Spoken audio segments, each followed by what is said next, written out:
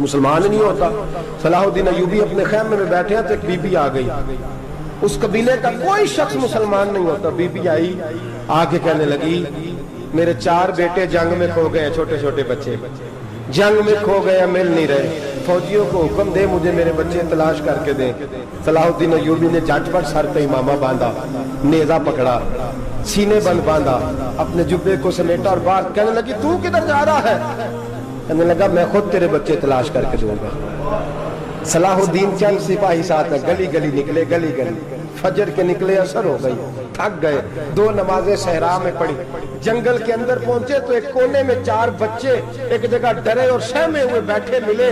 صلاح الدین ایوبی اٹھا کے لائے, ماں کو کہنے لگے تیرے بچے ہیں.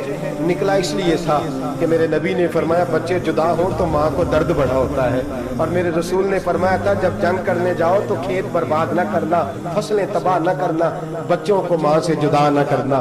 فرمایا میں سوچ رہا تھا تیرے بچے کہیں میری وجہ سے جدا ہو گئے تو مصطفیٰ کو جواب کیا دینا. فرمایا تیرے بچے ڈھونڈ کے لایا ہوں. بچے ماں کے پاس آنے لگے تو ماں نے بڑے بیٹے کے منہ پہ تھپڑ مارا. کہتا اماں کیا ہوا؟ کہنے لگے تو نے سنا نہیں کہ دشمن کے بچوں کی اتنی حفاظت کرتا ہے, میرے پاس نہ جا, اس کے قدموں میں بیٹھ جا. جس نبی کے غلام اتنے سچے ہیں وہ نبی کتنا سچا ہوگا. بنو قریظہ اور بنو نذیر 2 محلے تھے یہودیوں کے.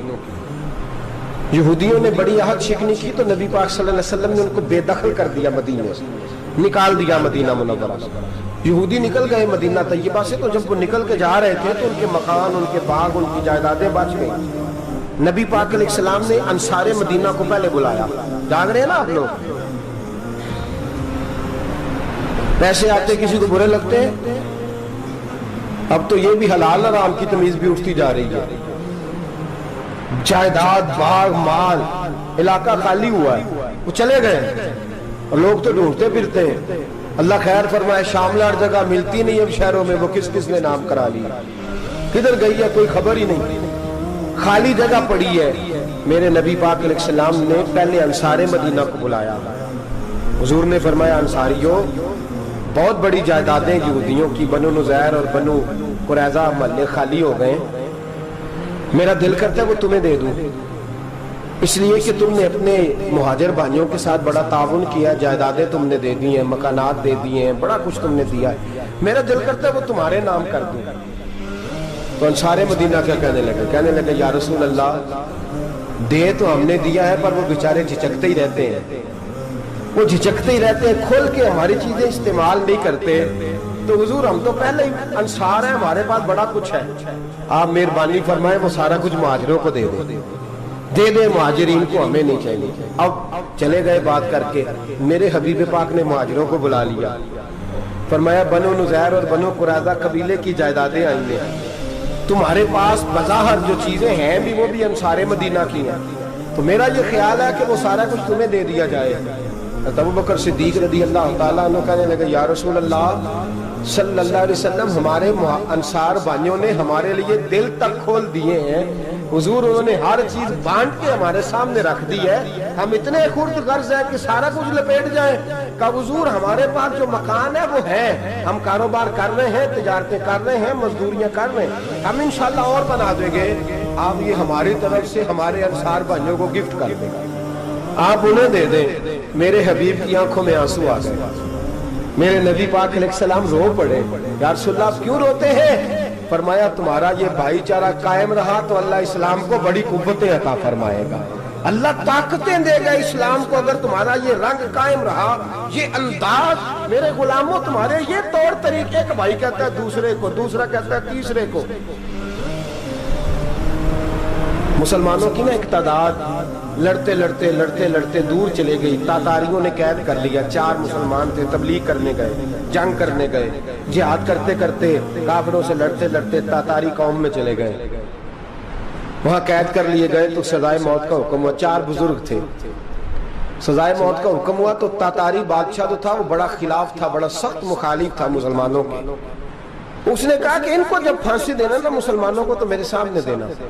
اب 4 عالم ہیں, 4 صوفی ہیں, سفید داڑیاں, سر پہ امامے. پھانسی کا وقت آیا تو جو پھانسی گھاٹ ہے وہ ایک ہے, چاروں کو کٹھے پھانسی نہیں ہو سکتی. ایک کو کہا کہ ایک ایک کر کے ان کو پھانسی دو. جب پھانسی کا وقت آیا نا تو جو سب سے پیچھے صوفی تھے وہ دوڑ کے آگے آئے, کہنے لگے بادشاہ پہلی باری میری لگا پہلی. اب بادشاہ نے کہا ٹھیک ہے اسے لٹکا دو. وہ قریب آئے تو دوسرے دوڑ آئے, کہنے لگے نہیں نہیں پہلی باری میں نے زیادہ کافر قتل کیے, میرا بڑا جرم ہے, مجھے پہلے سزا دو.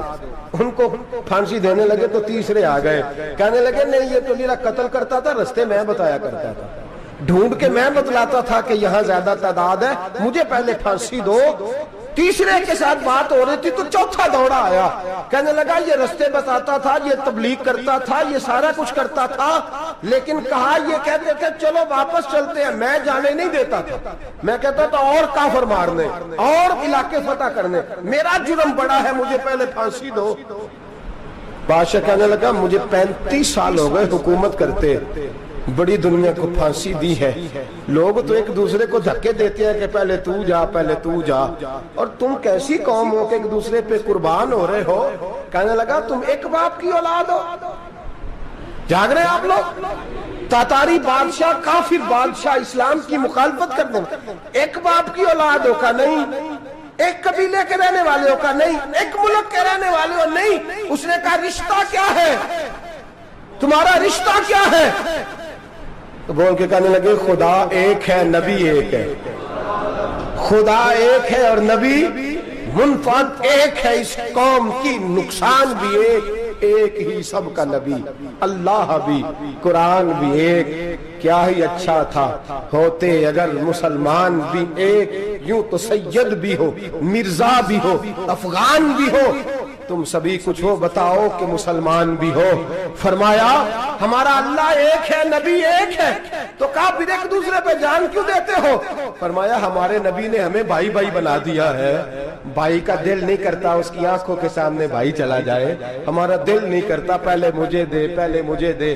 بادشاہ کہنے لگا تمہارا جذبہ مجھے متاثر کر گیا, جاؤ میں تم چاروں کو آزاد کرتا ہوں, تمہیں آزاد کرتا ہوں. میرے دوستو یہ رنگ تھا, دیکھیں نا, یہ اس دھرتی نے نظام دیکھا ہے نا, اس فلک میں پہلی بار دیکھا, اس زمین نے پہلی بار. اور میرے حضرت صاحب فرمایا کرتے تھے زمین تڑپ کے روئی, اس نے پہلی دفعہ دیکھا. احد کا میدان ہے, 3 صحابہ تپتی ہوئی زمین پہ زخموں سے چور چور پڑے ہیں. حضرت انس بن نضر رضی اللہ تعالیٰ عنہ پانی کا پیالہ لے کے پہنچے, ایک زخمی سے کہا تجھے پانی پلانا ہے, تو کہنے لگا میرے زخم تھوڑے ہیں, وہ جو ساتھ پڑا اس کے زخم گہرے ہیں, پہلے اسے پانی پلا دے, جا اسے دے دے. اس کے پاس پہنچے تو وہ کہنے لگا وہ مجھ سے پہلے گرا تھا, اس کا زخم زیادہ گہرا ہے, اسے پانی پلا. تیسرے کے پاس گئے تو کہنے لگا چوتھا تڑپ زیادہ رہا ہے, اس کی عمر زیادہ ہے, میں تو جوان ہوں برداشت کر لوں, بڑھاپے کی وجہ سے نڈھال ہو گیا, پہلے اسے پانی پلا. چوتھا کہنے لگا 5ویں کے پاس جا, 5واں کہنے لگا 6ٹھے کے پاس جا. حضرت انس بن نضر کہتے میں رو پڑا, میں نے کہا محمد کے غلاموں, رسول نے تمہیں کیسا جذبہ دے دیا ہے, زبانیں پیاس سے باہر ہے لیکن تمہاری اخوت مرتے دم تک قائم ہے. کہتے میں 7ویں کے پاس گیا تو کہنے لگا اگر 6 قربانی دے سکتے ہیں تو مجھے خود غرض نہ سمجھ, میں نے نہیں پانی پینا, جا پہلے کے پاس لے جا. کہتے میں پہلے کے پاس آیا تو روح پرواز کر گئی, دوسرے کے پاس آیا تو روح پرواز کر گئی, میں 7ویں تک آیا تو انتقال کر گئے. کہتے ہیں پانی کا پیالہ میں نے اٹھایا اور میں نے زمین پہ رکھا تو میں نے کہا پانی گوا رہنا, محمد کے غلام مر تو جاتے ہیں پر ایک دوسرے کا خیال بڑا رکھا کرتے ہیں, گوا رہنا یہ مر جایا کرتے لیکن ایک دوسرے کا درد. میرے دوستو لٹا ہوا برما, روتے ہوئے مسلمان, سسکیاں اور آہیں لیتی ہوئی مائیں پوچھتی ہیں اے خاصا اے خاصان رسول, وقت دعا ہے, امت پہ تیری آ کے عجب وقت پڑا ہے. وہ دین جو بڑی شان سے نکلا تھا وطن سے, پردیس میں وہ دین آج غریب الغربا ہے. فریاد ہے اے کشتی امت کے نگہباں, بیڑا یہ تباہی کے قریب آن لگا ہے. اور کیا خوبصورت جملے کہے تھے کہ نبی پاک صلی اللہ علیہ وسلم نے, حضور نے فرمایا تھا میرا مومن ایک جان کی طرح ہوتا ہے, ایک جان کی طرح ہوتا ہے, ایک کو تکلیف ہو جسم کے ایک حصے کو, سارا حصہ پریشان ہوتا ہے. فرمایا یہ ایک مکان کی طرح ہے, ایک اینٹ دوسری اینٹ کو مضبوط کرتی ہے. فرمایا یہ مضبوط لوگ ہیں, یہ مضبوط لوگ. حضرت عمر فاروق کا زمانہ ہے, ایک آدمی نے سیری بھیج دی, ایک گھر میں بطور تحفہ، قحط کا زمانہ تھا، گوشت ملتا نہیں تھا، جانور، ایک آدمی نے سری بھیج دی ایک آدمی کے گھر میں۔ اس نے کیا کیا؟ اس نے اپنی بیوی سے کہا ہماری تو خیر ہے، ساتھ والا پڑوسی زیادہ غریب ہے، ادھر نہ بھیج دے، یہاں گندم امیر شہر کی ہوتی رہی خراب اور بچی کسی فقیر کی فاقوں سے مر گئی، کہا ساتھ والے پڑوسی کے گھر سے میں کئی دنوں سے بھوک کی آوازیں، وہاں بھیج دے۔ اس کے گھر گئی تو اس کی بیوی شوہر کو مشورہ دیتی ہے، کہتی ہے میرے بچے تو دلیر ہیں، ساتھ والے کے چھوٹے ہیں، وہ گزارا نہیں، ادھر نہ بھیج دیں۔ ادھر گئی، ایک روایت ہے 7 گھر، ایک روایت ہے 21 گھر، 21 گھروں میں گھومتی ہوئی وہ شریف پھر پہلے کے گھر میں آ گئی، اور پہلا صحابی کہنے لگا صرف تو نے ہی محمد کا کلمہ نہیں پڑھا، باقی 20 نے بھی پڑھا ہوا ہے، صرف تو نے ہی رسول اللہ سے یہ درس نہیں لیا، باقیوں نے بھی لیا ہے، اور صرف تیرے اندر ہی جذبہ اظہار نہیں، تو ہی صرف مسلمانوں سے پیار نہیں کرتی، سارے ہی پیار کرتے ہیں۔ وہ شریف پھر آ گئی، اب کیا کرنا ہے؟ اب کیا کرنا ہے؟ تو امام نبوی نے لکھا ہے، وہ کہنے لگی کرنا کیا ہے؟ پکاؤں گی میں اور کھائیں گے 21 گھر، پھر بھی اکیلے نہیں کھائیں گے، پکاؤں گی میں اور کھائیں گے 21 گھروں کے مطابق شوربہ پکا، اور پھر برتن میں ڈال کے وہ بی بی ایک گھر کا دروازہ کھٹکھٹاتی ہے، کہتی ہے مصطفیٰ کے غلاموں نکلو باہر اور کھاؤ، اس لیے کہ جس نبی نے مجھے پیار کا حکم دیا اسی نے تمہیں بھی پیار کرنا سکھایا ہے، یہ رنگ چشم فلک نے سکھایا ہے۔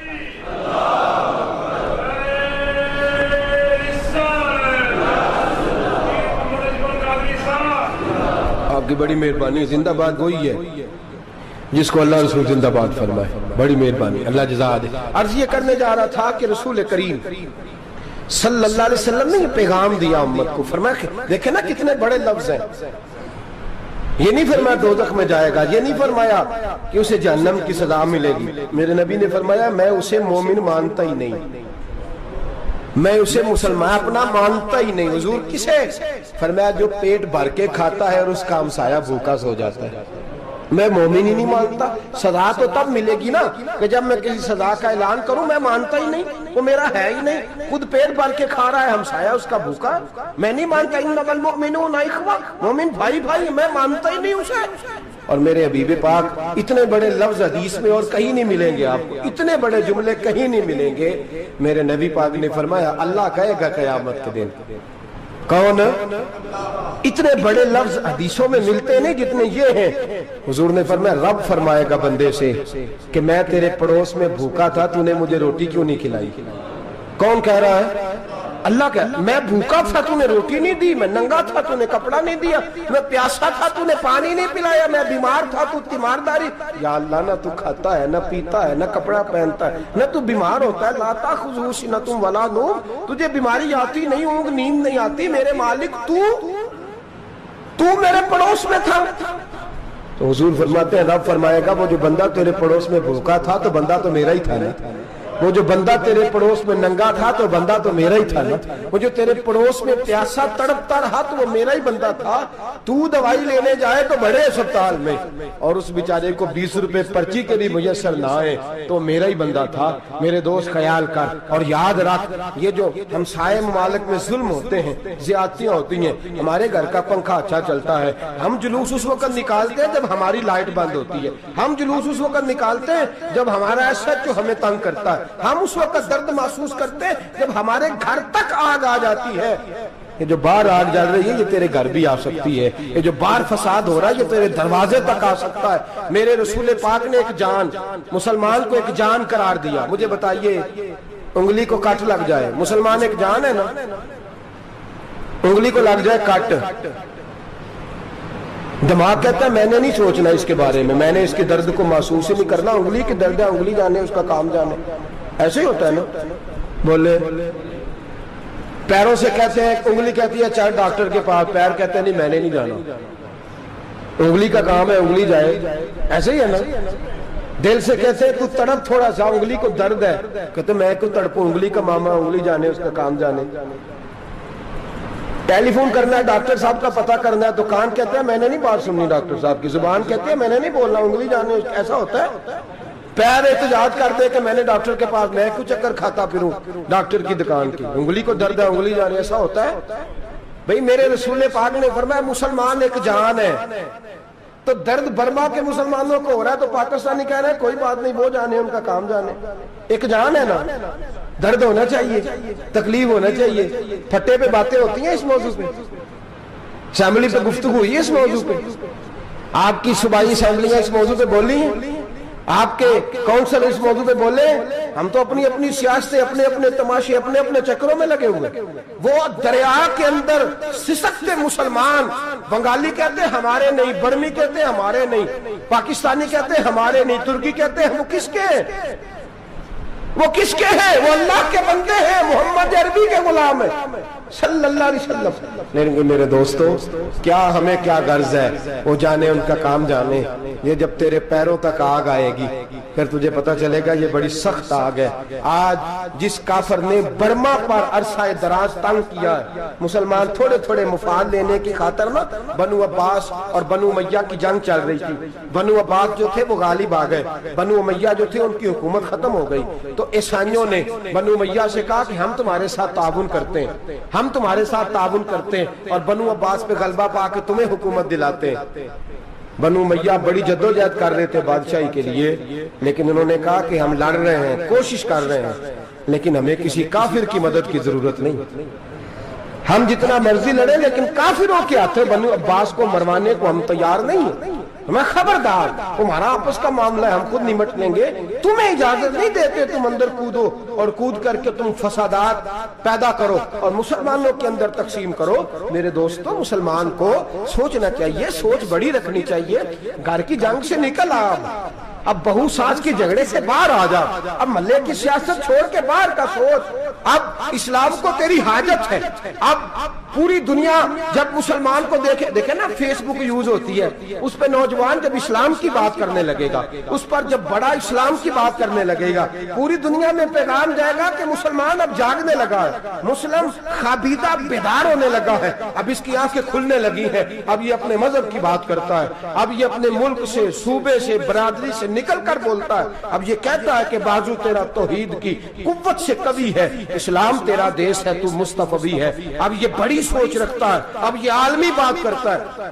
میرے دوستو ہمارا تو حال یہ ہے، امام اعظم ابو حنیفہ کا فتویٰ ہے، آپ فرماتے ہیں جو مولوی عالمی حالات سے باخبر نہ ہو وہ جمعے کی تقریر نہ کرے، وہ مسلمانوں کی رہنمائی نہیں کر سکتا، عالمی حالات سے جو خبردار نہ ہو۔ تو جس کو چھٹی ہو جائے تو نے ختم نہیں پڑھا، دوڑ جا مسجد سے، تو ختم نہیں پڑھتا ہمارے، تجھے پتہ ہی نہیں تو کہاں رہتا ہے، بھاگ جا، وہ عالمی حالات پہ بات کرے گا، کیونکہ بیچارے کو تو پتہ ہے میری سویرے چھٹی ہو جانی، سیاست کا لفظ چھیڑا نہیں تو میں گیا نہیں۔ یاد رکھے وہ جو بیداری ہے، وہ جو اعلیٰ ظرفی ہے، وہ جو بڑی سوچ ہے، وہ جو ملت کی سوچ ہے، وہ جو قومیت کی سوچ ہے، وہ جو آگے بڑھنے کا زاویہ ہے، وہ تو اندر، اقبال کہتا ہے گلا تو گھونٹ دیا اہل مدرسہ نے تیرا، گلا تو گھونٹ دیا اہل مدرسہ نے تیرا، تجھے تو مدرسے والوں نے پلیٹ پکڑا دیا ہے کہ جا سویرے لنگر کٹھا کر کے لا اور دوپہر کو روٹیاں مانگ کے لا اور دیکھ آج مرا کون ہے، ختم کس کا پڑھنا ہے، تو گلا تو گھونٹ دیا اہل مدرسہ نے تیرا، اب کہاں سے آئے گی صدا لا الہ الا اللہ، تو گھونٹ دیا تیرا گلا، تو کیسے بڑی بات کرے گا؟ بڑی بات کے لیے بڑی سوچ چاہیے، بڑی تگودو چاہیے، بڑی کوشش چاہیے، بڑا حوصلہ چاہیے۔ مسلمان چھوٹی چھوٹی لڑائی میں، چھوٹی چھوٹی جنگ میں، ایک دکاندار دوسرے دکاندار سے لڑ رہا ہے، گلی والا دوسری گلی والی سے لڑ رہا ہے، محلے والا محلوں پہ اعتراض، ایک شہر میں رہنے والے میں نے دوسرے محلے پہ اعتراض کرتے دیکھے، یقین کریں ایک شہر میں رہنے والے، علاقے میں بسنے والے کہتے ہیں بھائی توبہ ہے اس محلے تو اللہ ہی بچائے، لا حول ولا قوت۔ وہ جو تقسیم در تقسیم کی سوچ ہے، اس نے چھوٹے چھوٹے ٹکڑوں میں مسلمانوں کو بانٹ دیا ہے، چھوٹی چھوٹی تقسیم ہے، چھوٹا چھوٹا ہمارا مزاج ہے، چھوٹی سوچ ہے، بڑی سوچ کی بات سنیے۔ صلاح الدین ایوبی، جاگ رہے ہیں نا آپ لوگ؟ تو آخنا حضرت صاحب ایڈی وڈی گل چھیڑ چھڑی ہے، یہ مطلب ہی کون نہیں، کنے برما جانا ہے تو کنے مدد کرنی ہے، میں تو بھائی فریضہ سر انجام دے رہا ہوں۔ میرے نبی نے فرمایا برائی کو یا ہاتھ سے بدل، ہاتھ سے نہیں بدل سکتا تو زبان سے تو بولنا، تو میں معذور ہوں، کمزور آدمی ہوں، ہاتھ سے بدلنے کی طاقت نہیں رکھتا، تو دوسرے درجے پہ تو مجھے عمل کرنے دو نا۔ اثر کرے نہ کرے سن تو لے میری فریاد، نہیں ہے داد کا طالب یہ بندہ آزاد، رونے تو دو، تڑپنے تو دو، آہیں تو بہانے دو، سسکیاں تو لینے دو، مار کھائی ہے تو تڑپنے تو دو۔ وہ قرآن پاک برما میں پابندی لگی ہے تو میں یہاں سوچنے لگا ہوں کہ وہاں تو پابندی لگی ہے، یہاں پہلے لوگ کوئی نہیں پڑھتی۔ معاذ اللہ تعالیٰ حالات دن پہ دن مسلمانوں کے لیے ایک ایک کر کے، افغانستان میں جو آگ لگی تھی پھر وہ عراق میں بھی لگی، پھر وہ لیبیا میں بھی لگی، پھر وہ مصر میں بھی لگی، پھر وہ یمن میں بھی لگی، سعودی عرب میں دھماکے ہوئے، میرا دل تڑپا ہے، مجھے پریشانی ہوئی، میں بچے پاس تھے، میں بڑا ڈسٹرب ہوا، میں نے کہا یار یہ ہمارا سب کا اجماعی عقیدت کا مرکز ہے، ہم کم از کم ہزار اختلاف کے باوجود کہا کرتے تھے کہ عرب میں امن ہے یار، وہاں سکون ہے، وہاں دکانیں کھلی چھوڑ کے لوگ چلے جاتے ہیں، وہاں بھی فساد ہونے لگا، وہاں بھی آگ بڑھ گئی ہے، لیکن ہم صرف چھوٹی چھوٹی کر کے جب آگ بجھانے کی کوشش کریں گے اس وقت آگ نہیں بجھے گی، جب ہر آدمی اپنے پیالے میں پانی لے کے آئے گا، ہر شخص اپنے گھر کی نل چلائے گا، ہر شخص نلکا چلائے گا اور پانی نکال کے یہ آگ بجھائے گا، تب یہ آگ بجھے گی۔ ہر آدمی کو کردار سوچ بڑی کریں، نظریہ بڑا کریں، ملت کی بات کریں، مسلمان ہو کے سوچیں، مسلمان ہو کے سوچیں، خدا را نکلیں یہ گھر کے جھگڑوں سے، تھوڑی دیر کے لیے اپنے آپ کو بڑا کریں، بڑی سوچ آپ بنائیں، جب دوستیاں لگائیں، یارانے لگائیں، پھر چھوٹے موٹے حساب سے بچیں۔ بابا بلے شاہ صاحب فرماتے کورے ورک کتاب نہیں ہوندے، کورے ورک کتاب نہیں ہوندے، پتھر دل گلاب نہیں ہوندے، او بلیا یاری سوچ کے لائیں، یارا نال حساب نہیں ہوندے۔ پھر ذرا نکلے اس حساب کتاب سے باہر، بلیا یاری سوچ کے لائیں، یارا نال حساب نہیں ہوندے۔ پھر ذرا بڑا ذہن کریں، چھوڑے اپنے حساب، یبصرون علی انفسہم ولنبلونکم بشیء من الخوف والجوع ونقص من الاموال والانفس والثمرات۔ پھر حساب کتاب سے نکلے، پھر امام علی مقام کی طرح یہ سوچ بنائے کہ حسین کے بچے چلے جائیں تو کوئی حرج نہیں، امت پر آنچ نہیں آنی چاہیے۔ ایک امام علی مقام، کل تک امام میدان میں کھڑے تھے تو اکیلے تھے، لیکن آج پوری دنیا کہتی ہے حسین ہمارا ہے، حسین ہمارا ہے۔ آج نظریہ امام علی مقام زندہ ہے، تو اکیلا ہے تو کھڑا ہو، یہ نہ کہا کر چھوٹی سی مسجد ہے، ایک کونا کا کھڑکاوا، مولانا تقریر کر رہے ہیں تو کیا بنے گا، ایک آواز کہیں سے گونجا کرتی ہے، پھر اس میں تاثیر میرا اللہ پیدا فرما دیا کرتا ہے، پھر اس کے اندر قوت میرا رب پیدا فرما دیا کرتا ہے، پھر اللہ اس میں تاثیر پیدا کر کے چار دانگ عالم میں پھیلا دیا کرتا ہے۔ صلاح الدین ایوبی، مسلمانوں پہ ظلم ہوا، فلسطین میں آگ لگی اور پورے فلسطین کی گلیاں خون سے بھر گئیں، ایک دن کے اندر 70,000 مسلمان قتل ہوا۔ گھوڑوں سے سڑکوں پہ چلا نہیں جاتا تھا، گھوڑے پھسلتے تھے، اتنا خون تھا، اور کچی سڑکیں تھی، اتنا خون تھا، پہلے کچی زمین نے خون پیا، پھر خون اس سے باہر آیا، پھر بھی اتنا سخت 70,000 آدمی قتل ہوا۔ صلاح الدین ایوبی کون تھے؟ میرے غوث اعظم جیلانی کے مدرسے کے طالب علم تھے۔ جامعہ نظامیہ مدرسہ، یہ مدرسے ہیں جنہوں نے دین کے مجاہد پیدا کیے، مدارس ہیں جنہوں نے دین کے مجاہد پیدا کر کے پوری دنیا کے اندر پھیلائے ہیں۔ مدارس کے اندر دہشت گردی آئی، میں اختلاف نہیں کرتا، لیکن ابھی بھی مدرسے ہیں جن مدرسوں سے رسول اللہ کے دین کا سچا درس دیا جاتا ہے، امن، پیار اور محبت کی فضا کو عام کیا جاتا ہے وہ مدارس، اور انشاءاللہ قیامت کی صبح تک وہ مدرسے قائم رہیں گے۔ صلاح الدین ایوبی مدرسے کے طالب علم ہے، مدرسے کا، لیکن مدرسہ اس کا تھا جو ساتھ درویش بھی تھا، جو ساتھ اللہ رسول کے احکامات محبت کے ساتھ پھیلانے والے غوث اعظم جیلانی کا مدرسہ تھا، اس مدرسے کا پڑھنے والا طالب علم۔ دیکھیں نا، علم دین شہید کون تھا؟ نعتیں پڑھنے والا تھا نا، ختم دلانے والا تھا۔ عامر چیمہ شہید کون تھا؟ نعتیں پڑھنے والا تھا نا۔ یہ نعتیں وہ چیز ہوتی ہے جو دلوں کے اندر اثر پیدا کر دیتی ہے، جو نبی پاک کی محبت کو پروان چڑھاتی ہے، اور یہی چراغ جلے گا تو روشنی ہوگی۔ صلاح الدین ایوبی اکیلا اپنے دوستوں سے کہنے لگا مسلمانوں کی مدد، چند سالوں میں نکلو مدد کریں۔ انہوں نے کہا تیرے نکلنے سے کیا ہوگا؟ کہنے لگا میں نے نہیں نکلنا، میرے اللہ نے میری مدد کرنی ہے، میرے اللہ نے میری اٹھ باندھ کمر، کیا ڈرتا ہے پھر دیکھ خدا کیا کرتا ہے، اور میں مجھے نکلنے دے، اللہ میری مدد کرے گا۔ تھوڑا تھوڑا کر کے فوج جمع کی، کوشش کی، چند سالوں کے بعد اسی جگہ جہاں مسلمانوں کا خون بہا تھا، اللہ نے اسلام کا جھنڈا پھر سے بلند کر دیا۔ صلاح الدین ایوبی فاتح بن کے مسجد اقصی کے دروازے پہ کھڑا ہے. چند سال گزرے، عیسائیوں کا اپنا وہ ظلم ابھی یاد ہے، اور عیسائی سارے لیڈر کہتے ہیں تیاری کر لو، اب ہمارے بچے کاٹے جائیں گے، عورتیں بیوہ ہوں گی، گردنیں کٹیں گی، اب دیکھنا جتنا خون ہم نے بہایا تھا مسلمان اس سے دگنا بہائیں گے. صلاح الدین ایوبی گھوڑے پہ کھڑے ہیں اور پوچھتے ہیں، او عیسائیوں بتاؤ تمہارے ساتھ کیا کروں؟ گردنیں جھک گئیں، جواب کوئی بھی نہیں. کہا تم نے 70,000 مسلمان ایک دن میں مارا تھا، بولو تمہارے ساتھ کیا کروں؟ تم نے ایک دن میں مسلمان یوں کاٹے جیسے گاجر مولی کاٹی جاتی ہے، بولو کیا کروں؟ عیسائی کہنے لگے ہمیں اپنے ظلم یاد ہیں، تشدد یاد ہے، بربریت یاد ہے، تو بہتر جانتا ہے تو نے کیا کرنا ہے. صلاح الدین ایوبی گھوڑے پہ فاتح کھڑا ہے، آنکھوں میں آنسو آئے، تڑپ کے رویا، کہنے لگا میں تمہارے ساتھ وہی سلوک کروں گا جو میرے مصطفیٰ نے قریش مکہ کے ساتھ فرمایا تھا. لا تصریب علیک، جاؤ تم پر کوئی زیادتی، جاؤ تم آزاد ہو. اس نے کہا تو کر کیا رہا ہے؟ کہنے لگا میں کیا کروں، میں اس محمد کا ماننے والا ہوں جس نے معاف کرنا سکھایا ہے صلی اللہ علیہ وسلم. میرے پیروں میں زنجیر ہے رسول اللہ کی غلامی کی، جاؤ تم آزاد ہو. اس نے کہا تم آزاد ہو. لوگوں نے کلمہ پڑھنا شروع کر دیا، اشہد ان لا الہ الا اللہ واشہد ان محمدن عبدہ. سارے قبیلے کے کچھ نہ کچھ لوگ مسلمان، ایک قبیلہ رہ گیا مسلمان نہیں ہوتا. صلاح الدین ایوبی اپنے خیمے میں بیٹھے ہیں تو ایک بی بی آ گئی، اس قبیلے کا کوئی شخص مسلمان نہیں ہوتا. بی بی آئی، آگے کہنے لگی میرے 4 بیٹے جنگ میں کھو گئے، چھوٹے چھوٹے بچے جنگ میں کھو گئے، مل نہیں رہے، فوجیوں کو حکم دے مجھے میرے بچے تلاش کر کے دیں.